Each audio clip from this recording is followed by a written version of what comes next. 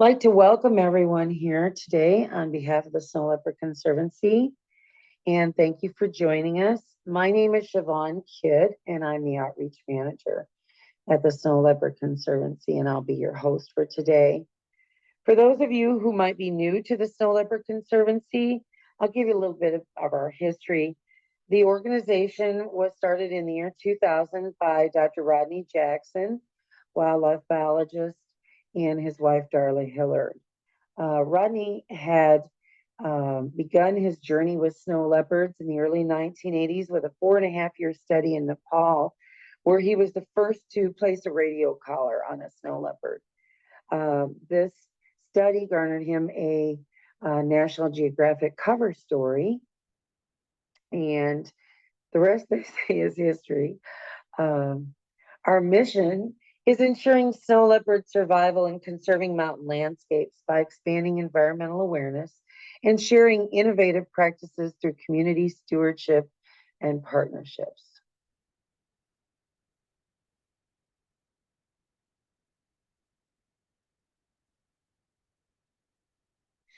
Today, we're celebrating snow leopards. I want to thank Steve Tracy for this beautiful photo. And observing International Snow Leopard Day, which was last Wednesday. International Snow Leopard Day marks the anniversary of the signing of the Bishkek Declaration by the 12 snow leopard range countries in October of 2013 at the first Global Forum on the Conservation of the Snow Leopard held in Bishkek, Kyrgyz Republic.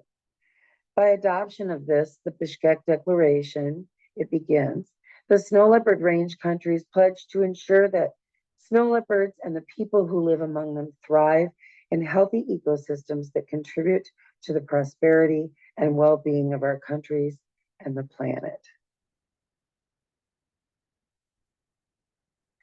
We're going to begin our program today with some readings from the book, Searching for the Snow Leopard, Guardian of the High Mountains. This book began as an idea that Margaret Yee, our Australian ambassador, had for a children's book with seek and find photos of snow leopards. She approached Darla with the idea, and then Darla turned the project over to me, and I immediately got in touch with photographer Bjorn Pearson from Sweden and Oriol Alemany from Spain, who I'd worked with on a newsletter article that covered their recent trips to India to search for a snow leopard. And they agreed to help me with the project. I asked them if they would contribute not only photographs, but perhaps write some essays. Excuse me, and they agreed. And then I asked Bjorn if he would be willing to help me with some of the narratives, some of the text, and he said, sure. So we embarked on our journey from there, and I asked photographer Tashi Argali from Nepal to join us, and Jack Wonderly, a photographer and conservationist from California, Katie Duffy, independent snow leopard researcher from Ohio, and Sue Leibeck, an artist and writer from Canada. And that's how our team was formed. But this first reading today is the poem that begins the book.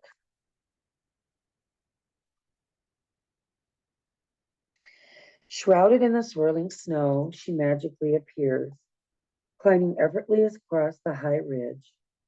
Her presence is felt even when not seen. The humans who have gone in search of her know they are not alone.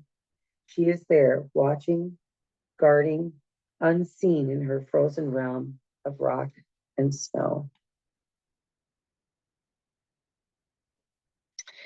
People ask me all the time, why snow leopards? Why should we care about these big feline predators?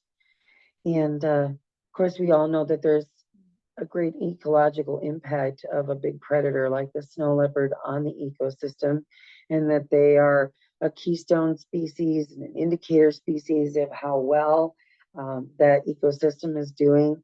But the introduction to searching begins like this. Why snow leopards? Beyond the ecological importance of a top predator like the snow leopard, there is something inherently mystical that draws us to these powerful big cats. Their ability to survive in one of the world's harshest climates, combined with their beauty and ethereal quality, has been the impetus for humans to not only respect and admire them, but also revere them. Over the centuries, the snow leopard has become part of the local culture and traditions and has been elevated to the position of a sacred species. This elusive cat is considered by indigenous wisdom to be a protector of sacred mountains, a unifying force and source of spiritual power and wisdom.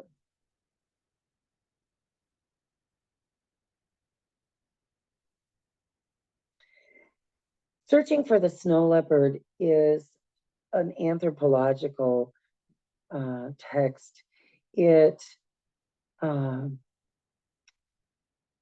takes a look at our bond that we have, the anthropological bond that we have with these big feline predators, and our bond with nature and how we all fit together. The introduction continues this way. Inherent to snow leopard conservation is the unique experience of searching for one.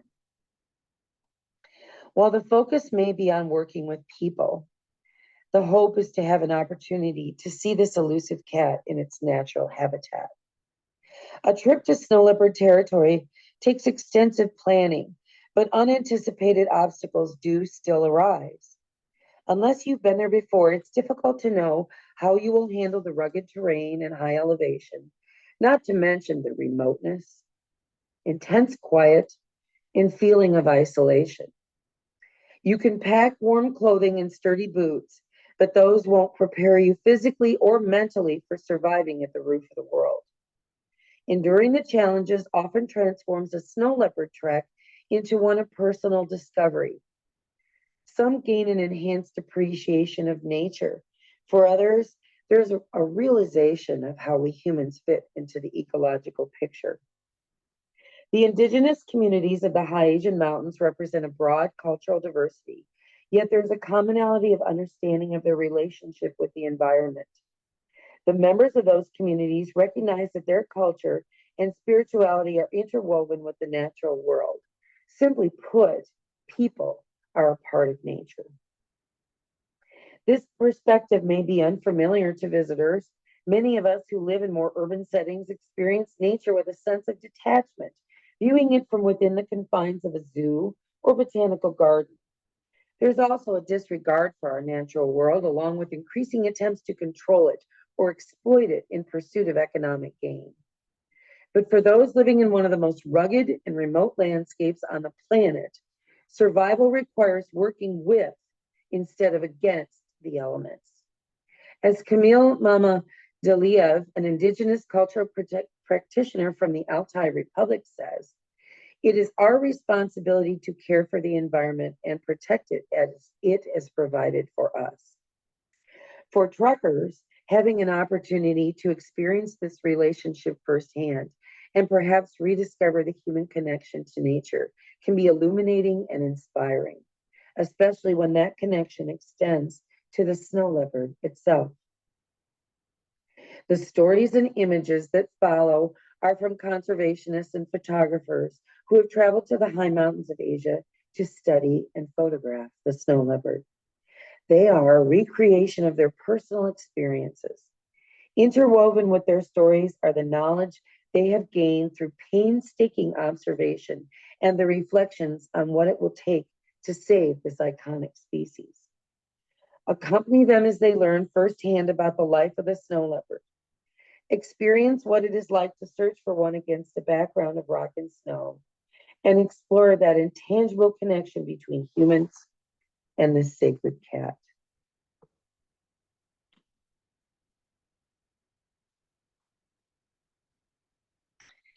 The high altitude and rugged terrain might seem to be enough to dissuade those who yearn to see a snow leopard in the wild. But there are more obstacles to consider: temperature extremes, unpredictable weather conditions, limited electronic communication, precarious footing, and even possible illness or injury. not to mention the logistics of funding, applying for visas, hiring guides, securing park permits, and arranging for transportation, supplies, and accommodations. Make locating and filming the snow leopard one of the most difficult endeavors a photographer can undertake. But the rewards more than outweigh the difficulties. To locate and photograph this elusive predator in the wild is the ultimate accomplishment.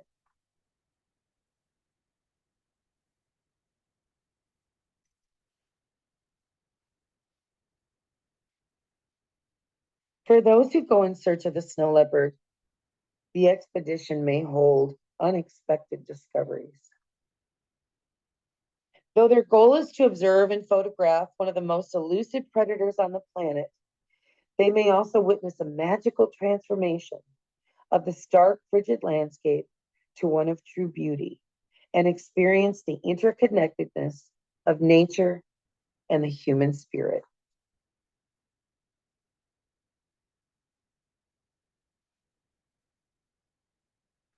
This next reading is one of my favorites. I usually share it.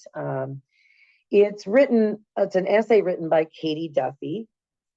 She's the independent snow leopard researcher from Ohio. And she has a beautiful way with words. But this is a really neat little essay by Katie. It's called A Voice in the Silence. I bent down to look at a pug mark in the powdery snow. The dryness of the climate had perfectly preserved each of the billions of snowflakes, allowing the individually unique icy stars to sparkle under the cloudless sky. Just as I was trying to estimate when the snow leopard had crossed this valley and observe which way it had headed, a chill ran up my spine at the sound of a piercing cry that echoed among the peaks.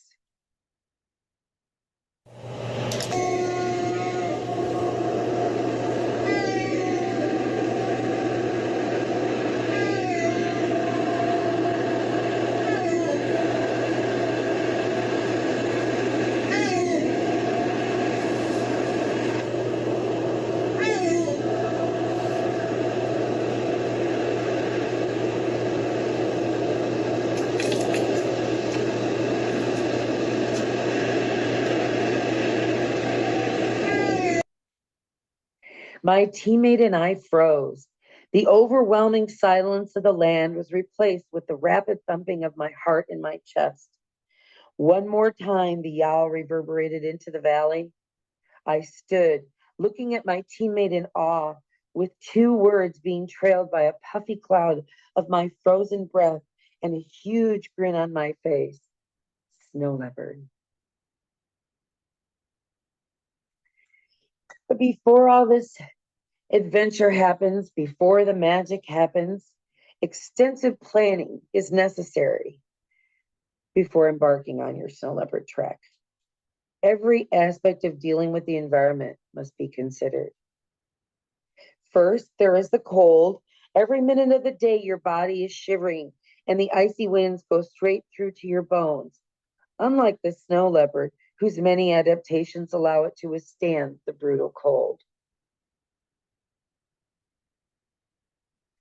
Its fur, which is longer and denser than any of the other panthera cats, provides excellent insulation. Its tail, which is as long as its body, is used as a blanket to protect it from the icy winds. Its diminutive ears minimize heat loss while reducing the chance of frostbite. And its enlarged nasal cavity is an excellent mechanism for warming inhaled cold air.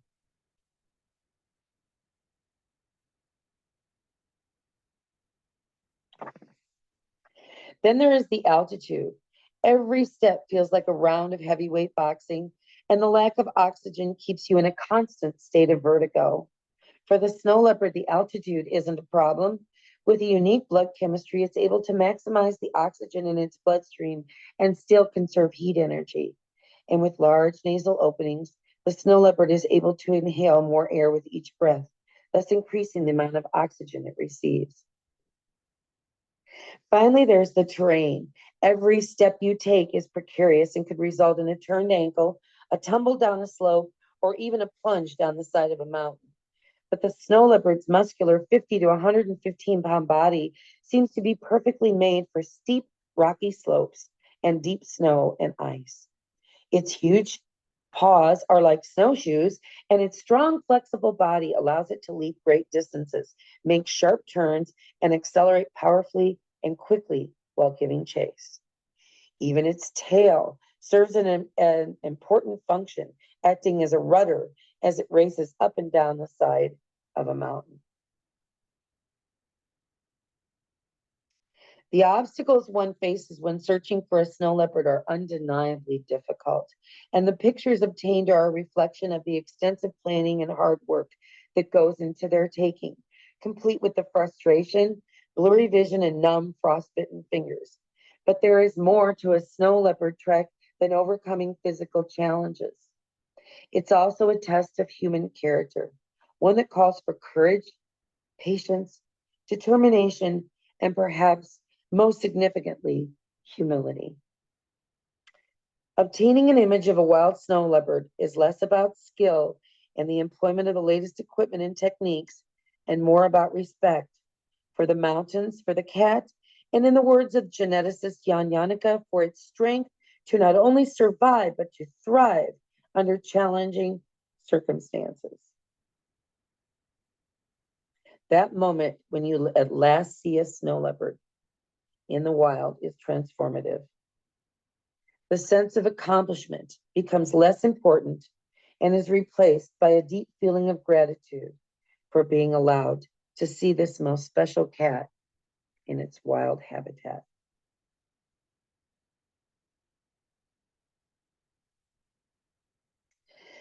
My final reading is from the chapter called The Reward. This was written by Bjorn. Every day we are witness to the inexplicable beauty of our natural world.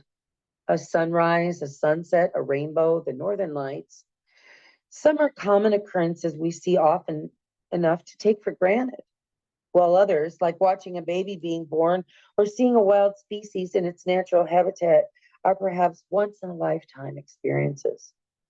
The reason some of these move us so profoundly is not always clear, but they leave us with a deeper appreciation for the universe's incredible design. There is a great deal we still don't understand about our natural world in general and about the snow leopard in particular, but hopefully, as we learn more, some of the mystery will remain. It isn't always necessary we learn all there is to know in order to understand the importance or appreciate the beauty of something, especially this magnificent cat. Not every question has to be answered, not every puzzle piece put in place. The unknown brings with it an incomparable thrill and beauty that touches us. I hope that all of you have a chance to someday read Searching for the Snow Leopard, Guardian of the High Mountains. I think it turned out pretty well. Unfortunately, it came out during COVID, but if you'd like a copy of it, I've put the link in the chat. To just this weekend, we're offering to U.S. addresses the book at 50% off. Shipping it overseas has gotten to be economically not feasible. The shipping costs more than the book, sometimes 1.5 times the value of the book. There are distributors overseas, Australia and Europe, and that you can get the book from. Plus, it's available on Amazon, and I know they have it at a reduced price, and Barnes and Noble too. And I know they ship internationally, and it's also available as an ebook. But I have put the link in the chat to our shop. Next, we're going to be moving along to presentation of the winners from this year's art and poetry contest. The theme this year was called Snow Leopard, Protector of Sacred Mountains.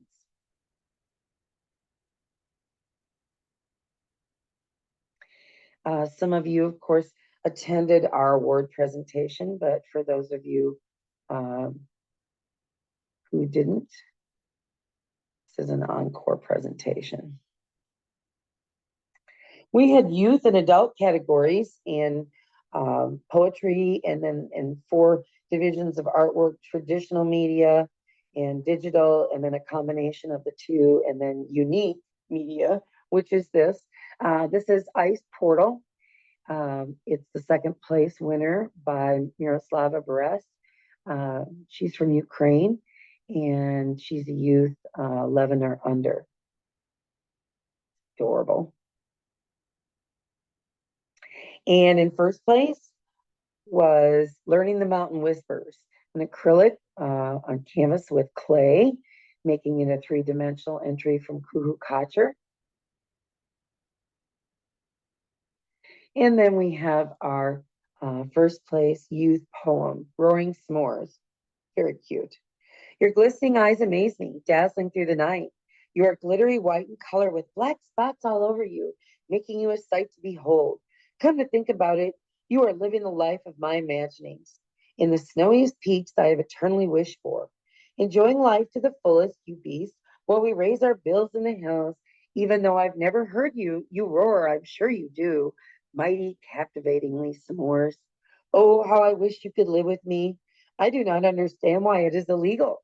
I think you do not even bite your friends. Please prove me right, dear s'mores. I want to tell you that I'm 100% sure I will get to see you this Christmas, s'mores.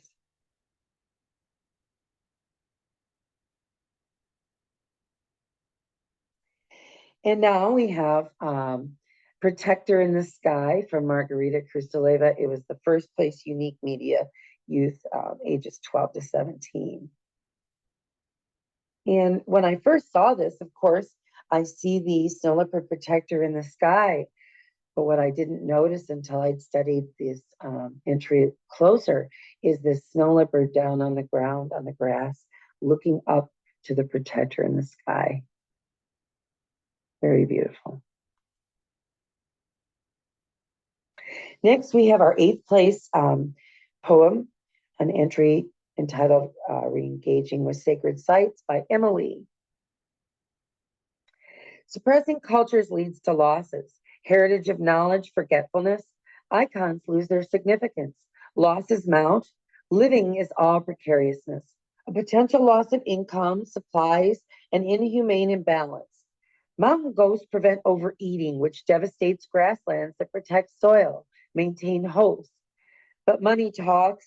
Wealthy trophy hunters enchanted by a mountain ghost are no better than dictators who ban cultures. Fur rosettes should stay on skin where they grow. The children who show pride in the snow leopard, protector of the mountains, understand.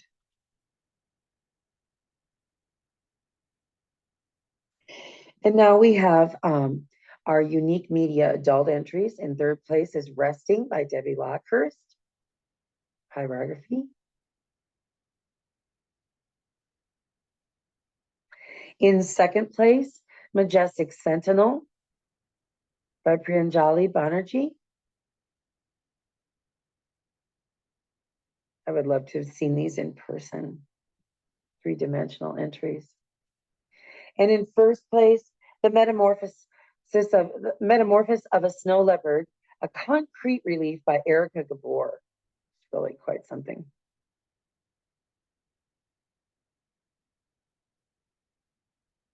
Next, we have a tie for 7th place in our adult poetry. This is called Shadows by Helena Malakalis. So you think man is the master of the creation? Climb to the highest of the mountains and you won't be alone there. You'll be watched from behind a rock, quietly, certainly. You won't be anything but a passable prey, a small snack. The true king of the mountains is a shadow in the terrain assured in its steps. The snow leopard, so bold and beautiful, the king on the mountains. And then we have Yearning by Kate Walser. Quintessentially human, isn't it? To want more keeps us in motion. Desire demands our breath as a toll to ascend again and again. Altitude flexes her claws at the throat of our motivation. And yet, The rhythm pushes on, relentless, past lichen toward the next stony spire above. We belay as an act of faith, trust tucked between crumbling rockfall and our own clattering exhales.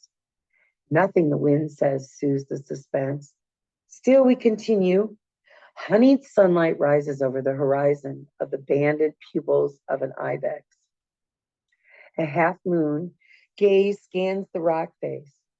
Icy irises reflect a blaze of snow across the umber landscape.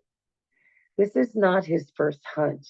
He will not be halted by concepts as undignified as the passage of time. He prepares to repel, stretching ropey, spring-loaded muscles. Transverse ridges along the curved horns of the ibex tease at the spine and ribs in the grip of sinews. Hunger is one hell of a drug. Yearning, as it turns out, is not reserved for one species. We are made to reach beyond the rational. His tail commands gravity itself. We may reach freezing fingers toward a distant summit. We may take a leap toward the memory of success, how it throbbed with a pulse of its own, how it radiated as one body rose from the rocks below the cliff. Despite his recorded age, this snow leopard surprises onlookers again and again. Tumbling after his prey, he becomes an avalanche that always lands on his feet.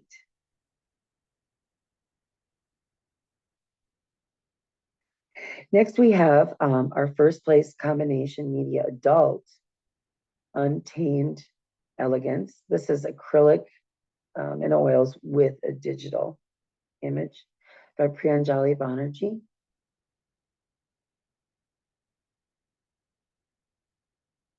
And now we have our sixth place winner in poetry, adult. It's called Survival of the Sacred by Terry Feister. One morning, while wasting time to escape responsible living, I found a video of you on the hunt for blue sheep. Breath heavy, eyes fierce, your mottled coat blending like a wraith with the terrain as you padded along icy paths at the top of the world. Suddenly, you thrust yourself out and down the steep mountainside, chasing and tumble tackling a sheep, rolling down and down over snow-slicked cliffs like a wrestler for hundreds of feet, refusing to ever let go of your prey. Even sacred beasts must eat. And I knew in that moment that while you are a favorite, dear to my heart, myth and magic and breathtaking beauty, you are also a mammal, mother, father, cub, and mortal, vulnerable to the reckless indifference of humans and the heat of a merciless sun. One morning, while whiling away time to avoid a responsible life, I found myself humbled and bent in awe, suddenly certain in this uncertain world that while your life is chained to an ever-changing tree line, my soul is forever connected to your very survival. And moving along into our digital media adult category. In third place, we have the Snow Leopard study by Lori Prindle. Oh, those eyes and those big, beautiful paws. So pretty. Next, in second place, from Anju Panmore Rajesh, we have Glorious Solitary Snow Leopard.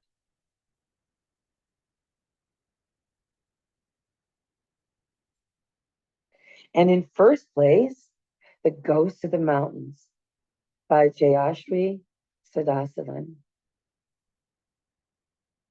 And if I've mispronounced any of your names, I beg your forgiveness. Beautiful. Now our fifth place poem by Becky Norman, Snowcat Stretching Out. Mergican they breathed with reverence, woman shifting with the snow, swirling down the mountainside, caressing the ibex, fluttering the flags, dancing in the deep crevasse. Woman shifting with the snow, guardian of the mountain, protectress of the people, brown eyes morphing into gray, sable hair shifting to plush fur. Guardian of the mountain, snowcat stretching out, adjusting to sinew padded paws, impossibly long tail, swirling down the mountainside. Snowcat stretching out, chuff chanting words of protection, gliding miles along the top of the world, small traces left as evidence of her passing. Mergican they breathed with reverence. This next entry was the first place. There was a tie actually for traditional media and youth 11 and under. And this is called I Can Dissolve by Miroslava Berest. This is a statement about climate change and the glaciers melting. Very good.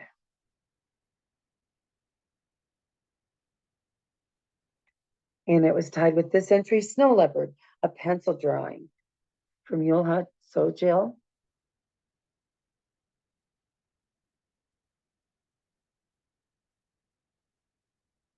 And now our fourth place poem. Should the Nagas, which is a mountain, should the Nagas be abandoned by Paul Espinosa? I believe Paul has joined us today.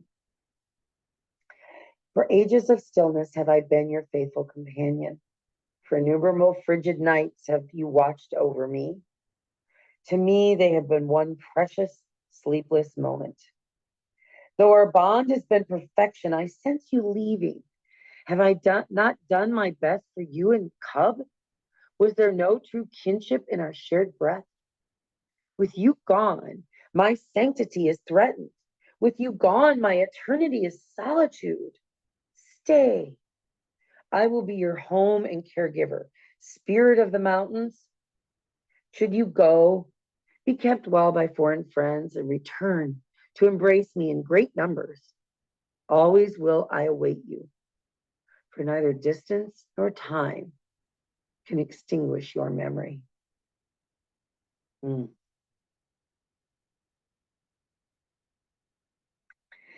And now we have our traditional media artwork, adult entries. We begin with our 10th place, Playmates, Future Protectors of Sacred Mountains. This was a pastel by Catherine Williams Moronis. I believe that Catherine might have joined us today. Beautiful. In 9th place, we have Nafisa, an acrylic by Micheline Pearl. Oh, those eyes.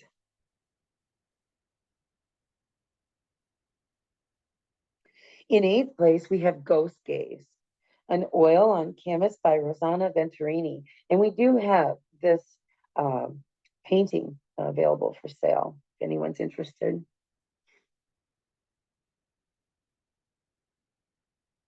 She has donated it to the Conservancy.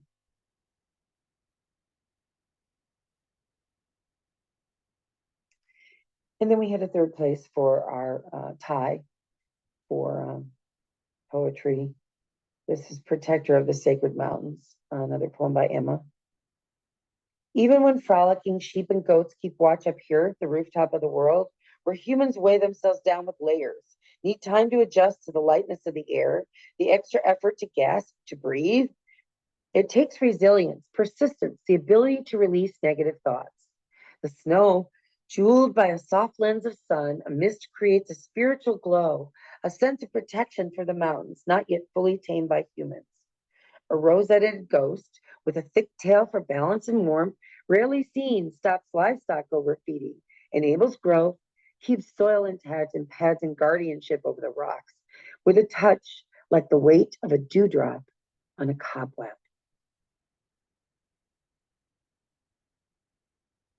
This is Beneath the Frozen Veil by Chantal Flores. In the stark monochrome black and white, a spirit prowls beyond the mortal sight. The snow leopard, a guardian of the heights, embodies nature's sacred wild delights. Its piercing gaze, a window to the soul, reflects a wisdom that cannot be controlled. This feline force, so ancient and so true, connects us to the realms we cannot view. The brushstrokes dance, a mystical display unveiling realms where spirit holds its sway.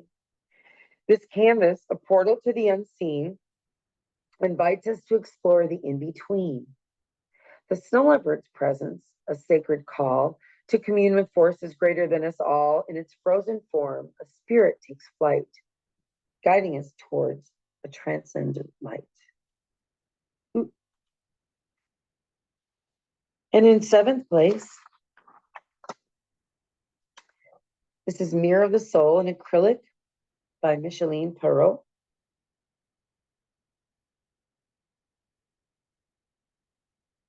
Beautiful. Eyes. I'm sorry, I went backwards. And here we have in sixth place, Huang Chitois, an acrylic by Katerina Bielakova. And this beautiful painting is adorning our new shirts, which I'll be showing you in just a little bit. Isn't that gorgeous? It's meant to represent the festival of colors.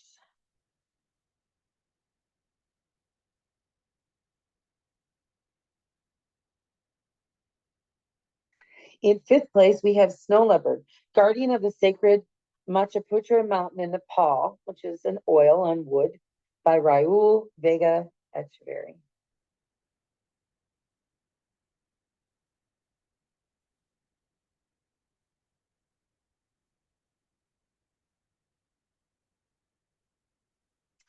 And now we have our second place poem by Sarah Mills, Keeper of the Kyrgyz. I may not understand the words of the elders, but as their tongues cast the alpenglow over each sacred peak, I know at last of whom they speak. For there is one descended from a warrior Khan with eyes like the globe flower of the Tian Shan, a totem animal of the great Manas, protecting the high mountains and all the pass.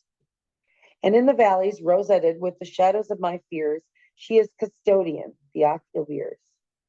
Stalking despair, horned and fast, her pelt dusted with the ashes of ancestors past. Oh, how I long to be like her, embodying the spirit of noble share, but she alone is the sentinel, existing where others dare not hope to dwell. I may not see that trenchant stare, but in the pearl waters of Issyk cool, I know at last who is there, for she is one who mews in the heart of man, with all the power of a castellan, a symbol of what the tribes do trow, defending her fort of rock and snow. And here we have our fourth place, Wild Beauty, a pastel by Elizabeth Broad. And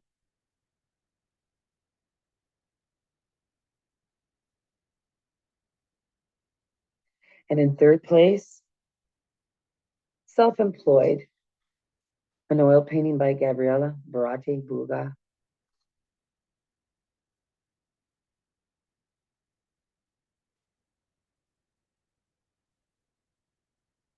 And now our first place poem, A Metamorphosis After Milarepa by Sarah Mills. Over a steaming bowl of yak butter tea, Rimpoke spoke softly and reverently of a saint who lived nearly 1,000 years ago, who, in the great cave of conquering demons, was lost to his people by the falling snow. That night I tried to summon the tale of the curious white leopard his disciples had seen, of the protector's eyes on the distant rock, two cabochons of coolest green. But sleep was broken as the rugged cliffs I call home, and unable to balance on the ledge of a dream, I almost woke to the screed gently rolling down the slopes, every heartbeat disguising each falling stone. Then, all of a sudden, I opened my eyes. No longer did they feel wholly mine, for I had seen through Panthera Untia's gaze the birth of sacred mountains, and for better or worse, the passage of time.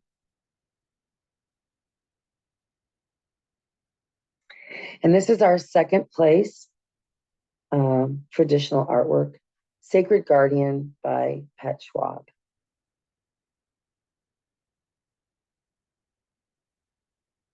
And in first place, Sacred Protector, an ink and silver leaf on pastel paper by Katerina Bielakova.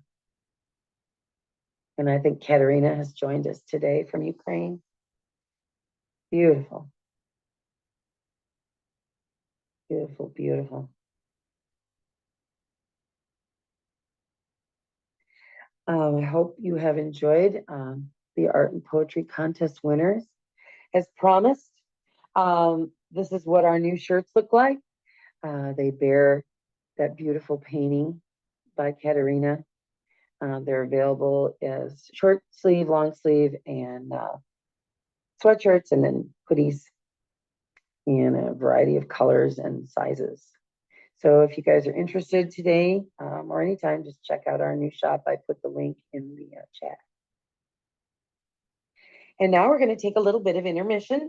Some of us might want to take a break, go get something to drink.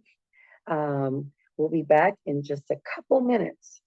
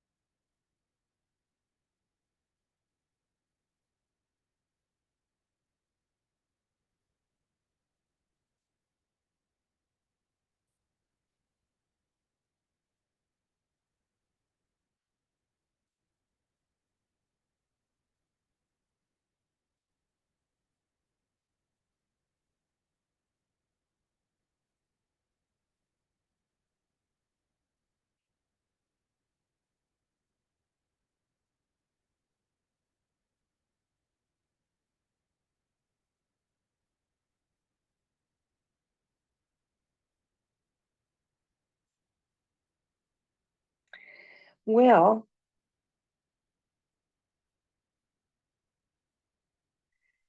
for those of you who are back, I'm sorry, Catherine, that it didn't work. I saw you join on Zoom, but I see now you're watching on YouTube. This section of this portion of our program today, we're going to start off with some camera trap photographs and video.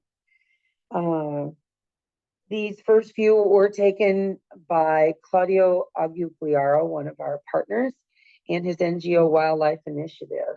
And these were taken in Mongolia. This one's really cute. Quite a selfie.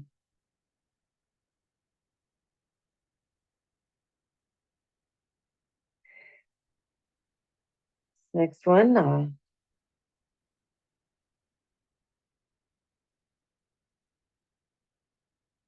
Obviously in the wintertime. The best time to see snow leopards is in the winter. During the months that they move down following the wild flocks of sheep and goats. Their mating time is in February, March, April, and that's the best time to see them.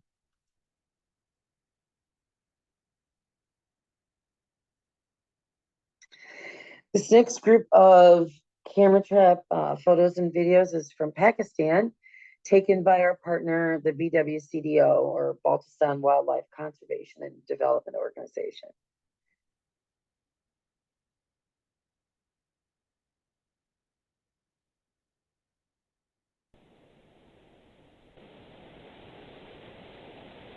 Typical marking behavior, scraping on the ground, spraying on a rock. These do have sound. Look at that tail.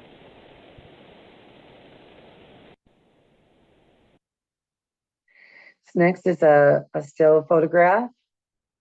And how many snow leopards do you see there? There's two. And there they are. Look at those tails.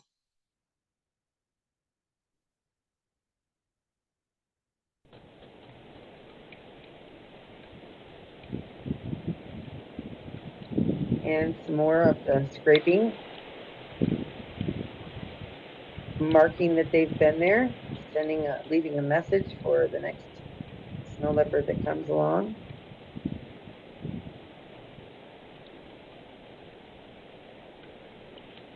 Off they go.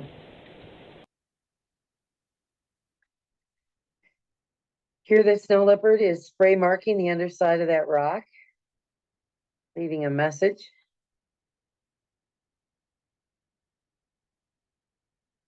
And here we have a video clip of this snow leopard who's very photogenic.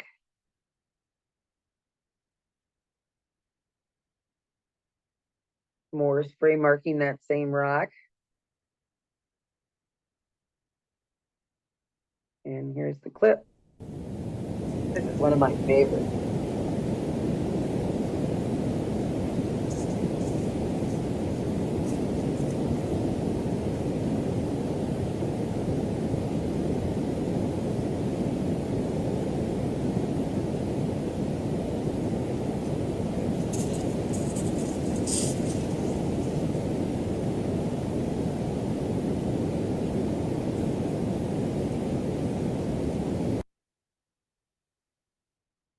And this is a great clip. The snow leopard has many programs, and we've worked in anywhere from 7 or 8 countries, down to 5 at any given time.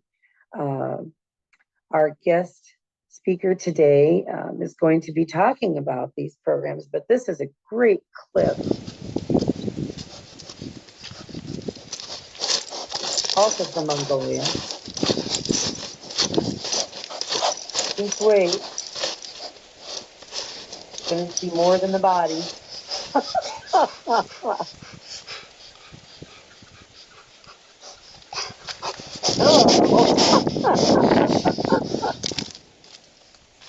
I just love that clip. Got up close and personal. So funny. I'd like to introduce our guest speaker today. Her name is Kayley Bateman, and she is our programs manager. And I'm going to turn the program over to her at this point and let her introduce herself to you and how she came to be at the Conservancy and a little bit about her background. And then she's going to be talking about all those programs that we participate in with our partners on the other side of the world. So Kayley, would you like to go ahead and introduce yourself? Sure. Thanks so much, Siobhan. And, thank you everyone for joining us today. It's so nice to see some familiar faces and familiar names up here in the gallery. And, so honored to be joining all of you. And thank you, Siobhan, for sharing all those amazing readings and those fantastic art and poetry contest winners. It's truly, truly amazing work. So thank you for sharing all of that. And what a wonderful way to celebrate International Snow Leopard Day. And again, I'm Kayley Bateman. I'm the programs manager for the Snow Leopard Conservancy. I've only been with the Conservancy now for just a little over a year, almost a year and 6 months.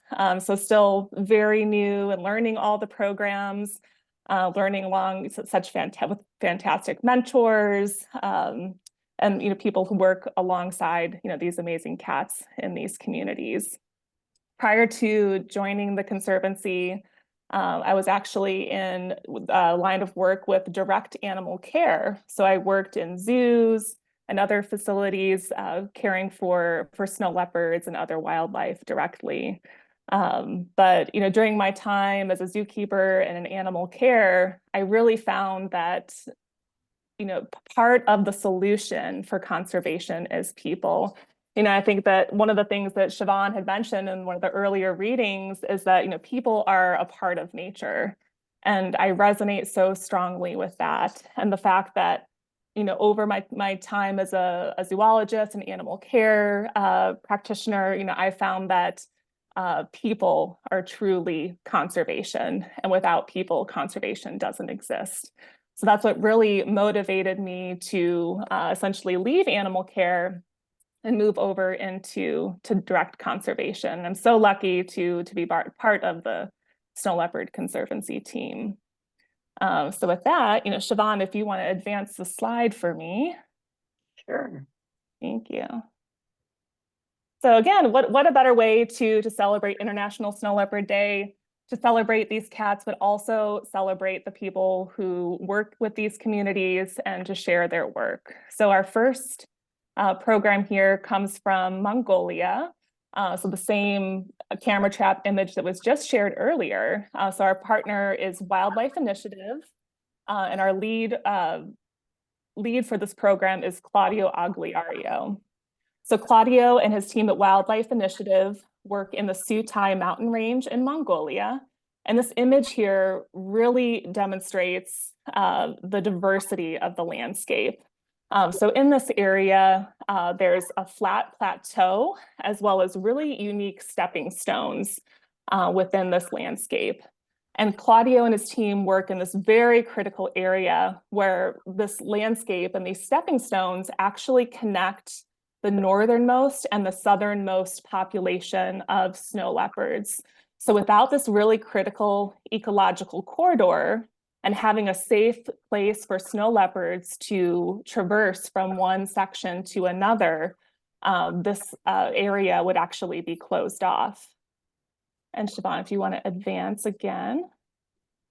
So Claudio works with local communities, specifically in this region, and they deploy a tool called Foxlights. So this is the device that's shown here, the yellow light. This is something that we can deploy in communities. It's mobile, and it actually deters snow leopards from attacking livestock. So what people will do is post this. And this is another amazing photo. And this is kind of just really describes exactly what Claudio's work really encapsulates, is people living alongside these amazing cats. And I think we have one more slide there that perfectly demonstrates these foxlights. What the people in these communities will do is raise the foxlight really high up on a post like this. That way it can be seen for miles around. And with the light intermittently flashing at night, it'll actually deter the cats from coming down towards the livestock. And you can go ahead again, Siobhan, thank you. So Claudio, again, works very closely with these communities. This is a photo of one of the workshops that Claudio hosts. So it's a really great way for the people in the communities to get together, talk about some of the problems they're having, and talk about solutions as well. So Claudio's project really focuses on looking at the effectiveness of foxlights, but also working closely with the communities being part of the solution. So this is, if you're really into numbers, this is something that I look at as programs manager. So this is data that's showing over the last 2 years, the number of snow leopard and wolf depredations since Claudio's project began and over the course of a 2-year project. So I'll draw your attention down to the total at the bottom there. So you can see in the column on the left for snow leopard, there were 614 depredations the year before Claudio started working in this area. And as you can see, as we move to the right, the first year of the project and the second year, we can start to see those numbers decreasing as Claudio's introducing fox lights and working very closely with these communities. So we know that fox lights are effective. And if we move over to the wolf column, you know, even though we're called the Snow Leopard Conservancy, we're also concerned about other predators as well, including wolves. What's really fascinating about this project is that we've seen a remarkable decrease in the amount of depredations by wolves. So before the project started, we were at 463 animals that were taken by wolves. But within this last year, we've got that number down to 187, which is just absolutely fantastic. So Claudio and his team are doing amazing work. And so just to kind of conclude with Claudio's project here, just some kind of fun numbers I'd like to throw out there to really demonstrate the impact of this work. So Claudio's trained and worked with 60 herders. 40 fox lights, those predator deterrent tools, have been distributed amongst the people living in this ecological corridor. Over the course of the 2 years, he's held 2 conflict mitigation workshops. So those are those gatherings within the community to talk about the problems they're having and come up with those solutions. 13 people have either been involved with the project or employed by the project, which is fantastic. And then within this ecological corridor, 16 trail cameras have been deployed. So these are those camera trap devices that actually take those wonderful images that you saw. So Claudio is working to expand this project. So this year, he's actually increasing the number of trail cameras that are being deployed and including more people within the study. So essentially what Claudio is working on for 2024 is almost an expansion of the project he's worked on for the last couple of years. So we've seen huge progress with his program, and we're very excited that he's continuing to work in this area. And now we move over to another program in Mongolia. So this is our Nomadic Nature Trunks program, headed up by our partner Tunga. So this program is essentially, it's an educational curriculum that has 25 lessons that are placed in the nature trunk. So as you can see here, this is a group of Eco Club students who have participated in the training, and they have their nature trunk there. What's really amazing about this specific program is that it's participatory in nature. The lessons really involve the students, and that is something that is really innovative in Mongolia. So this program is really fantastic. And part of the program is actually training the teachers. So you can see here, these are all adults in this photo. But part of this program is actually training the teachers to be able to teach the curriculum to their students. So even the teachers can get in on the fun here, practicing some of the lessons. And again, a couple of, group of teachers here looking over the curriculum and really getting involved and learning exactly how to be able to share this amazing knowledge with the students. And again, some highlights from the program for this year. So Tunga, our lead with the Nomadic Nature Conservation, is looking to expand to 4 more schools this year. So they're increasing their reach. And the long-term goal of this is to essentially have this program be in 10 different schools within each district in Ulaanbaatar, which is the capital. So I believe there's 9 districts. So they're looking to really expand and have that amazing reach. And then just through the way that this program is run, it is exponential in nature. So Tunga and her staff train the teachers, which reach, hundreds of students. And then, it continues to grow. So it has this really amazing exponential reach. And through that last year, Tunga and her team were able to reach about 6,000 students, which is fantastic. Amazing. And now we'll move over to our program in Pakistan. So this is with our partner BWCDO, or the Baltistan Wildlife Conservation and Development Organization. And our lead for this program is Raza Muhammad.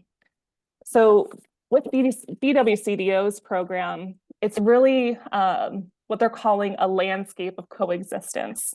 So the programs that BWCDO runs are really integrated, really comprehensive, and cover a wide range. So mainly their focus is going to be education and community outreach. As you can see here in these two fantastic photos, some of the youth that they're working with very closely. So the program also has conservation education within the classroom, but then it also brings children, that's okay, students out into the field to be able to practice and learn some conservation skills as well. So on the other side of this program, again, is that community outreach and providing concrete solutions for the community. So one of, beyond fox sites, which are devices that can be implemented in other areas, in Pakistan, what they really focus on is protecting the livestock. So BWCDO will work with communities to put together predator-proof corrals. So this is a corral here. You can see that what they'll do is work with community members to help kind of shore up some of these corrals so their livestock are protected at night.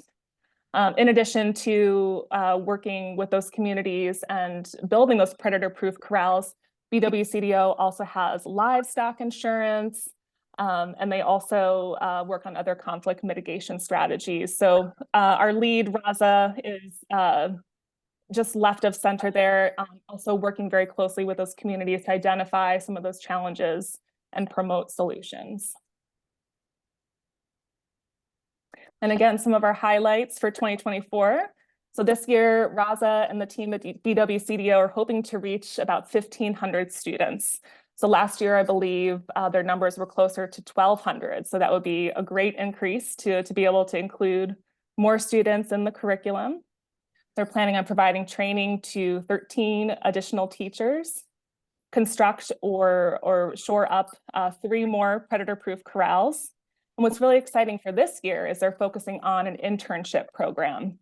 So just like here in the United States, there's not a lot of pathways into conservation. So what BWCDO is doing is offering internships to local youth and people focusing on the path towards conservation and really giving them those hands-on opportunities. And just like here we are celebrating International Snow Leopard Day, BWCDO also has their own celebration within the community, and they hope to reach about 1,000 students through that celebration.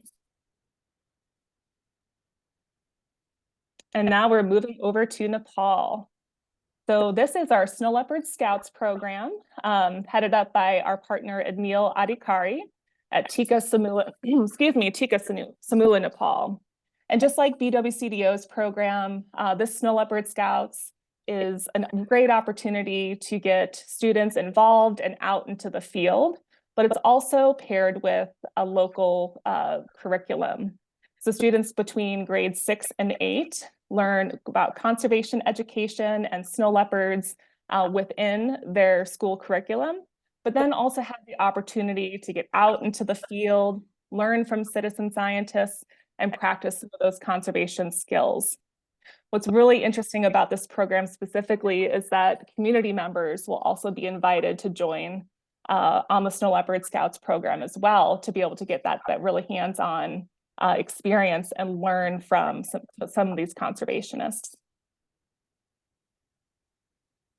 And really demonstrating the impact of the Snow Leopard Scouts program is this individual, Sejal from Mustang, excuse me.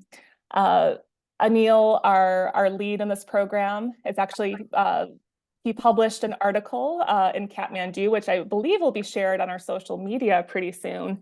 But one of the quotes from Sejal really struck me, really highlighting the impact of this program. And it's the fact that I wrote everything in my diary. We even spotted a pika, a red fox, and even a mother blue sheep with her baby. We sometimes see blue sheep near the village, but this time it felt special. And so it really goes to show you that these programs are so beneficial for bringing up the next generation of conservation leaders in Nepal. Another program that our partners Tika Samut Nepal have is a radio program and a free conservation magazine. So this is uplifting community voices for snow leopard conservation in Nepal. One of the things that is a big challenge is actually getting community voices heard. So this is a really fantastic way for people in these local communities to share their stories, their conservation messages with a greater audience through a free publication like this magazine, but also on a radio broadcast that does get broadcasted in the local communities as well. So it's another fantastic program that TICA has, in addition to that Snow Leopard Scouts and their local curriculum.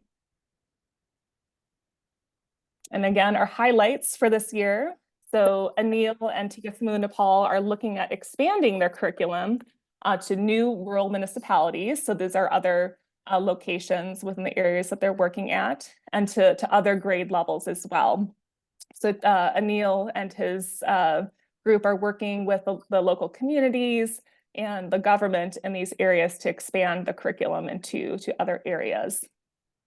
Another part of their new program for this year is introducing what we call Snow Leopard Tea Talks. So this is just another way, very similar to our partner Claudio, bringing people together to talk about problems they may be having with snow leopards, and really have that community forum to talk about some of these issues. They're also looking to broadcast 10 new episodes of the Snow Leopard program on the local radio station. And then this fall, we're also expecting the 10th edition of the Snow Leopard magazine, which is fantastic. Again, and in Nepal, our wonderful partner, Shearing Lama of Snow Leopard Journey. Shearing is from a small community in Western Nepal called Dopal. And this area is a very high conflict area in this region. So Shearing has been working very closely with her local community on some of these solutions. So what Shearing has done this past year is construct this amazing predator-proof corral, but has also included members of her local community in the building process.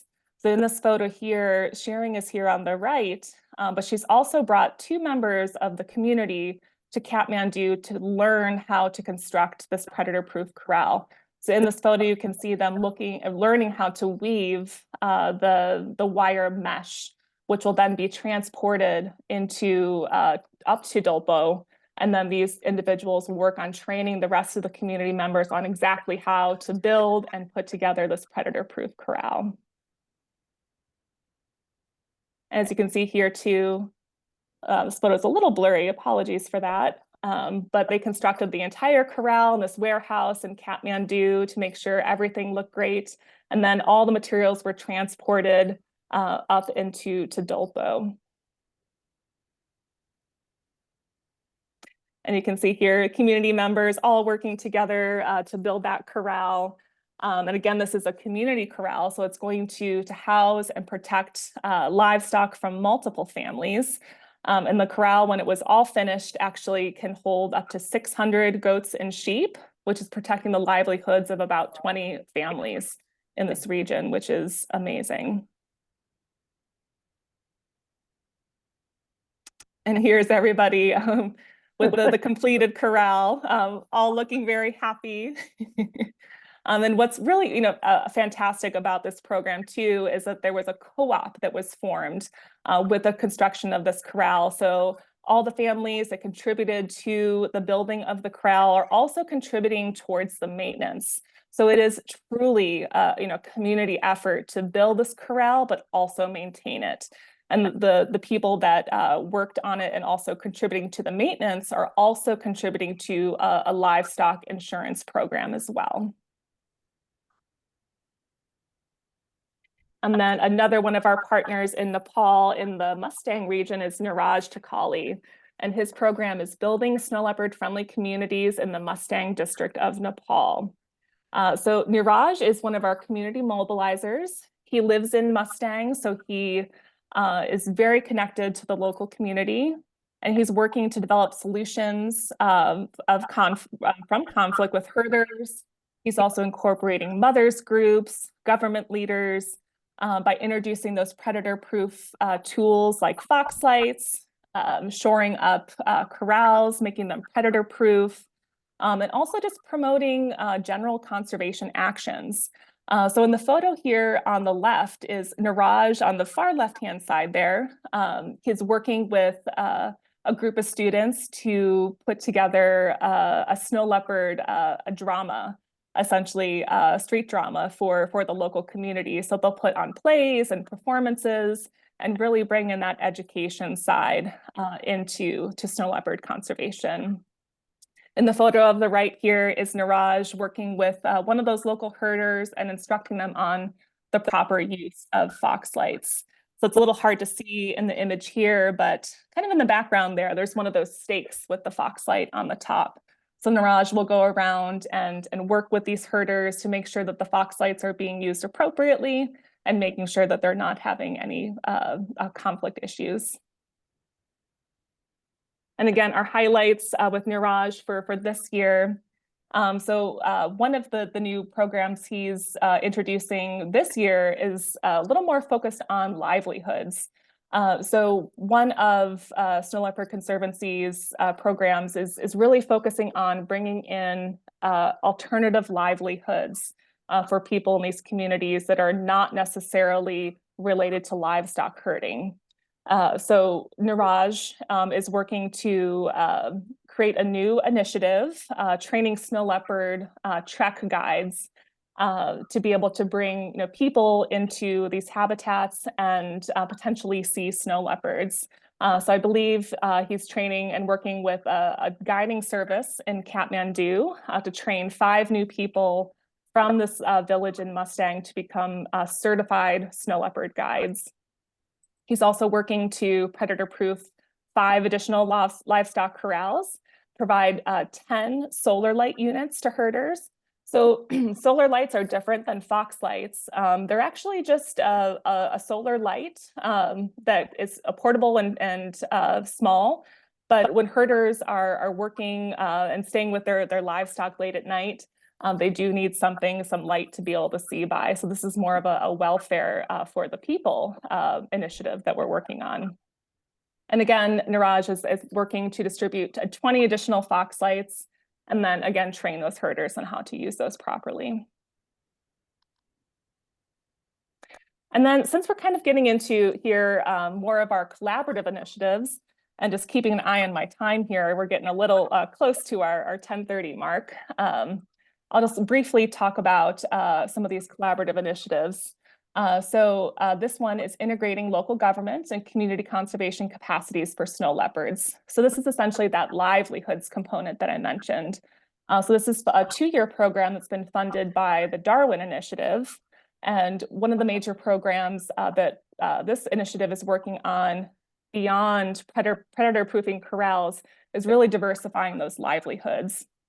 So one of the initiatives they're working on is marketing Himalayan chives.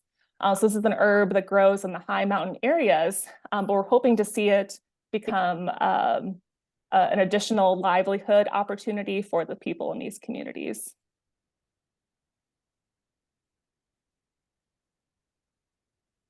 And then our Land of Snow Leopard Network. Our Land of Snow Leopard Network is our biocultural initiative that really focuses on the spiritual and cultural value that snow leopards provide. And the network is a group of herders and community leaders, indigenous cultural practitioners among Mongolia, Tajikistan, and Kyrgyzstan.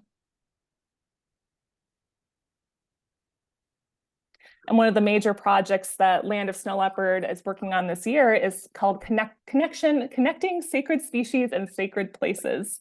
So this initiative is actually bringing together youth from Mongolia and Kyrgyzstan and connecting them to local tribes in California. So this is centered around a program called Run for Salmon that just took place this year with the Winnemucca tribe in California.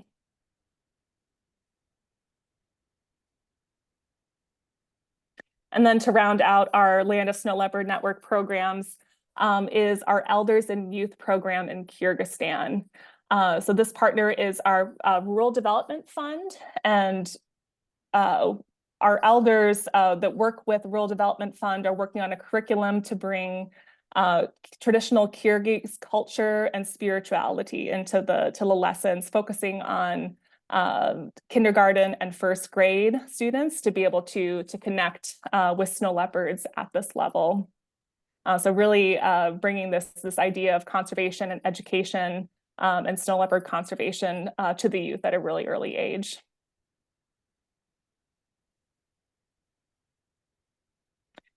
And then our final initiative, which we're going to go into a little more detail, is our One Health, One Welfare program in the Annapurna Conservation Area in Nepal.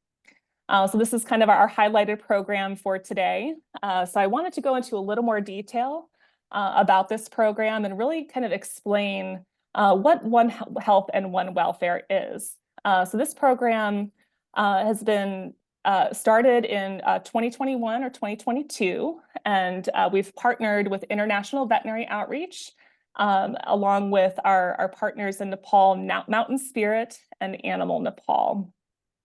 So this initiative took place last September, and we partnered with these organizations and brought volunteer veterinarians from the United States to Nepal to do trainings and clinical workshops in the Manong Valley in the Annapurna Conservation Area. So what is One Health and One Welfare? So this is all the basis of this program.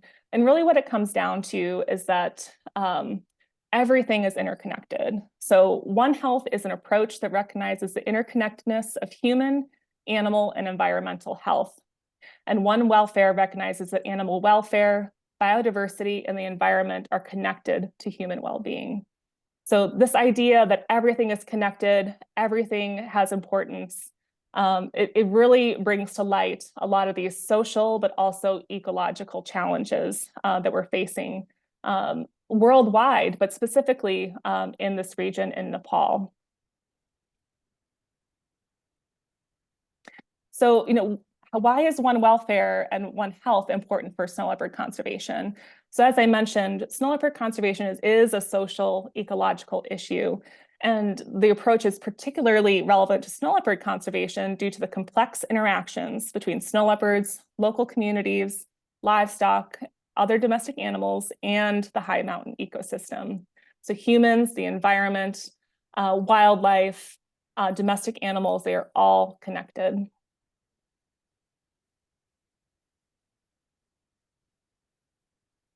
So this is one of the photos from the program itself. So as you can see here, the people around are the paraveterinarians that we worked with, and the veterinarians and the veterinary team working on a horse. Kayley, were you there during this procedure? I was. I don't see myself in the photo. I may have been taking it. So essentially with the One Health program, we had 3 days of classroom instruction. So there are about 12 paraveterinarians. They were called junior technicians. So these paraveterinarians work in all the districts within the Manong Valley. So all these individuals came to this location to be able to participate in the training. And then we had 5 clinical workshops that followed the educational portion. So the paraveterinarians could really get their hands on and have that guided instruction from the veterinarians that we brought with us. And here again are some of the fantastic photos. So the photos on the left here are some of the photos from the classroom instruction where we provided instruction on basic animal husbandry, procedures, but also really tying in that snow leopard conservation side. So Ashley, our executive director, and I were able to present on snow leopard conservation, mitigation strategies, and even how paraveterinarians could assist if a snow leopard is stuck in a livestock corral. So again, photos on the right here are when we started to move over to that more clinical side. So the photo here of the three gentlemen with the stethoscope, I absolutely love this photo. This is actually the first time that these paraveterinarians have ever used a stethoscope. So be able to provide advice and instruction on how to use even just basic medical tools was really, really valuable. And as we moved on into the clinical workshops, people were bringing their animals from all over the region down to have our paraveterinarians provide animal care. So as you can see here, the photo on the left, the gentlemen here are actually measuring the circumference of the animal, and that way they can actually estimate the weight. So when they do give things like vaccines or medicine, they're able to accurately deploy and administer that medication. I love this one. One of my favorites. At times, through some of these clinics, we would just be overrun by animals. So we had a huge herd of, believe these are mules, would come down, and we would have to work with the paraveterinarians and our veterinary team to vaccinate each and every one of these animals. But every animal had to have their own chart, and a paraveterinarian that was overseeing the case. So at times it was kind of controlled chaos in some of these clinics, but everyone got their vaccination and were able to move on. So This is my favorite photo. It was quite funny trying to wrangle, a herd of 30 mules as they came up to your clinic. And again, just a couple more photos, some of my favorites of the paraveterinarians working with some of the livestock, and then one of the livestock owners with her cow there. And what was really amazing for me to see, working very closely with these paraveterinarians, is to see their confidence grow throughout the week, and seeing them, take cases and not really know how to handle it. To by the end of the week, taking a case, coming up to a veterinarian, discussing the plan, and being able to essentially carry a case from start to finish, which was just really, really fantastic to see. That's fabulous. Mm-hmm. And again, another really great photo of the teamwork here. 3 or 4 paraveterinarians would work together to assess the animal and again present that case to our overseeing veterinarians, and then make sure that the proper care was received by the animal. And another component of our One Health, One Welfare program was focusing on companion animals as well. So we didn't really receive that many dogs and cats this last time, but again, this is going to be our focus moving forward. We know that in these communities, there are a lot of stray dogs and dogs that are owned by people but may not be vaccinated. So with the canine population, in some areas in Asia, it can get very out of control. A lot of these communities are Buddhist communities and don't believe in euthanasia. And a lot of these animals are not spayed or neutered. So there is a really concerted effort to focus on the dog population and get that under control, but also reduce the spread of disease. So we know in a lot of these areas that these communities live alongside snow leopards. We have snow leopards coming down into these valleys. The dogs we know have a disease called canine distemper, which is actually fatal to snow leopards. And we know that snow leopards are eating the dogs. So it's a very critical situation, especially as we have impacts of climate change and other factors. This is why the One Health approach is so relevant, especially to these mountain communities who are living alongside these amazing cats. And again, a few more of my favorite photos here, the paraveterinarians examining the animals. And in the bottom left here, this is a horse who's actually receiving a castration. And what was really special about this procedure is that it was actually the first humane castration that occurred in the whole Manang Valley. And this is kind of where like the human health component comes into play here. A lot of times paraveterinarians are trained to just physically restrain an animal for a procedure like a castration or something really intense like that. And it can be, not only very serious for the animal, but it can also pose a huge human welfare and health risk, restraining an animal for a procedure like this. And then to round out, our program, we also did include, as I mentioned, the Snow Leopard conservation side, and the upper two right photos here are the team actually going to the conservation office in the Manang Valley and distributing some of those fox lights as predator deterrent tools, giving them to the local office there who will be able to distribute those tools to the herders.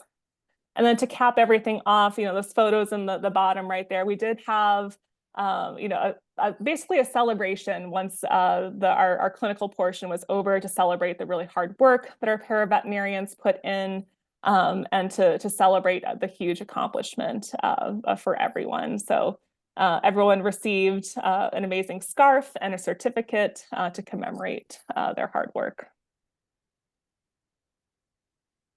So some of those amazing results we achieved, again, with all the livestock that we saw, we treated, and we saw almost 250 animals.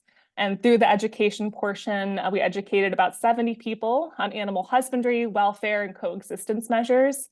And about 50 of those were actually animal guardians, the owners of the livestock and the domestic animals that we were receiving. And then again, distributed 20 life-saving fox lights as a part of this program. I think next up is our video. Oh, fantastic. Do you want to talk a little bit about it while I switch my screen sharing? Sure. So when we were in Nepal conducting this program, we worked with a media company who followed us along for every step of the journey to really document in real time what we were doing. So the One Health, One Welfare short documentary, which Siobhan will be premiering here shortly, it does a really fantastic job of really demonstrating the impact and the reach and of this program, also with just stunning images in the backdrop of the Annapurna Conservation Area. So this video has been a long time in the making, and we're very excited to premiere it. And I think it speaks for itself of the amazing work that we're doing with International Veterinary Outreach, Animal Nepal, and our other partner, Mountain Spirit.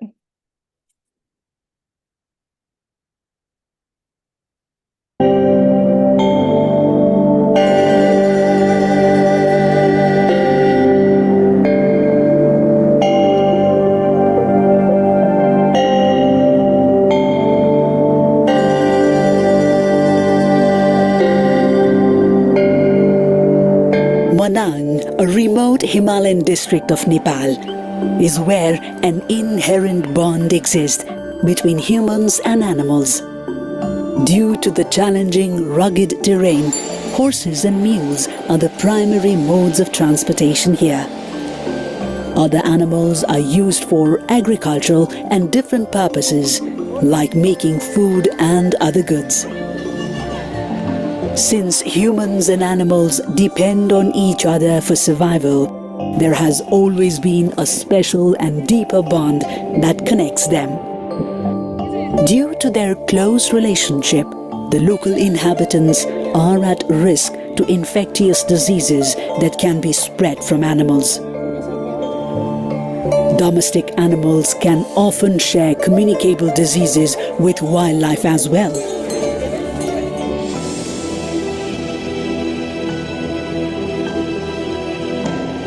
This is also the home to the apex predator of the high mountain ecosystem, the snow leopard, with fewer than 500 of these majestic big cats remaining in Nepal. Snow leopards often attack domestic animals for food. And due to this, there has been a long-standing conflict between humans and snow leopards. अस्ति पनि यही बनाउन आएर जिउँछु आएर खाइदिन्छ त्यसलाई 2 वर्ष भएको गाईको बच्चा दुईटा खाइदियो Since humans, domestic animals and snow leopards share a triangular coexistence in this location, national policy tries to balance the needs for each of them.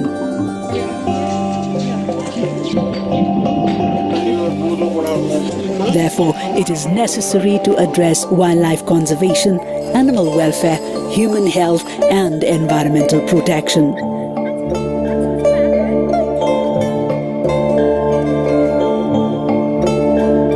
Snow Leopard Conservancy, IVO, Animal Nepal, and Mountain Spirit have partnered to offer support and address these complex issues using a multidisciplinary approach.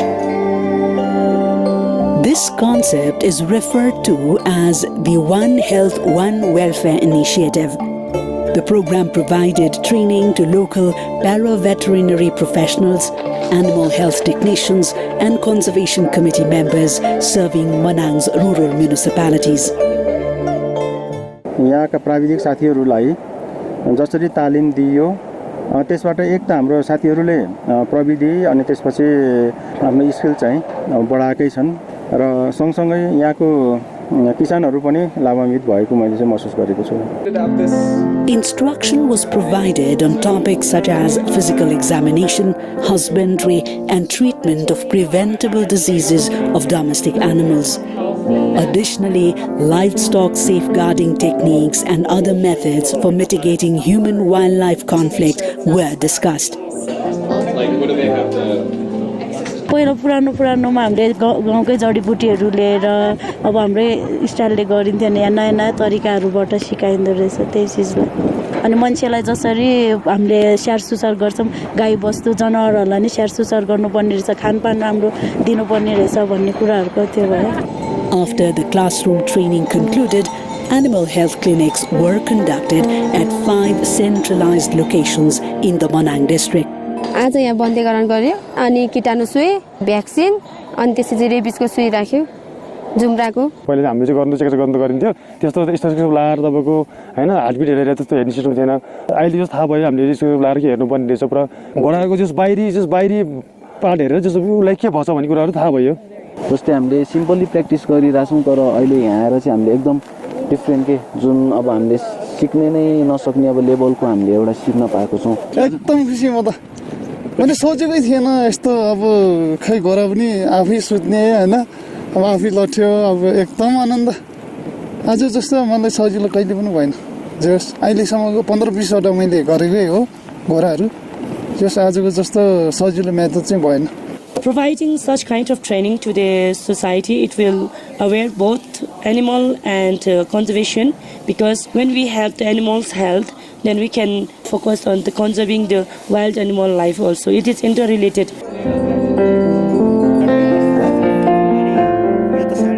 यस्तो खोप कहिले लाएन आज first time लाग्छ मेरो खतरा 31 वटा खतराहरुलाई Another challenge we face here was the terrain because when the animal are sick, it's very difficult for them to bring the animal to the clinic or animal hospital, even it's available here. If we can protect the health and welfare of domestic animals, we can also protect the health of people and wildlife, including the endangered snow leopard.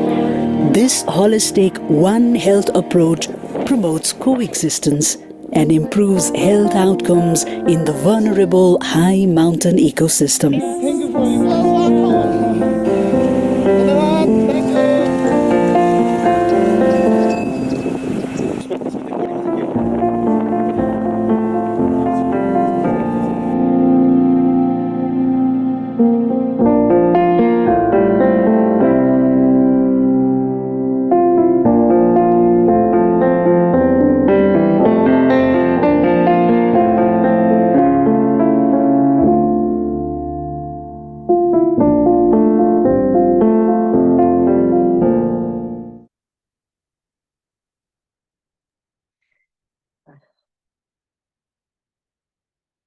such a beautiful, beautiful video. It really demonstrates, how interrelated and connected wildlife, domestic animals, and human communities are, especially, in the areas that we're working in. It's so critical to have this really comprehensive approach that's holistic in nature, that, brings everybody together. And we hope that, through these capacity building efforts, that we're building resilient communities, especially, in the face of all these social ecological issues, and climate change as well. And I'm, specifically reminded about climate change. A paper just came across my desk a day or two ago, just saying that, with climate change, being such, a pressing issue, this paper and these researchers determined that without these resilient communities, in 30 years we may not see snow leopards in Nepal, which is a really devastating thing to think about. So approaches and conservation efforts like the One Health, One Welfare initiative are so important to be able to build resilient communities and develop the stewards and the people who are going to conserve this amazing landscape, and the snow leopards that call it their home.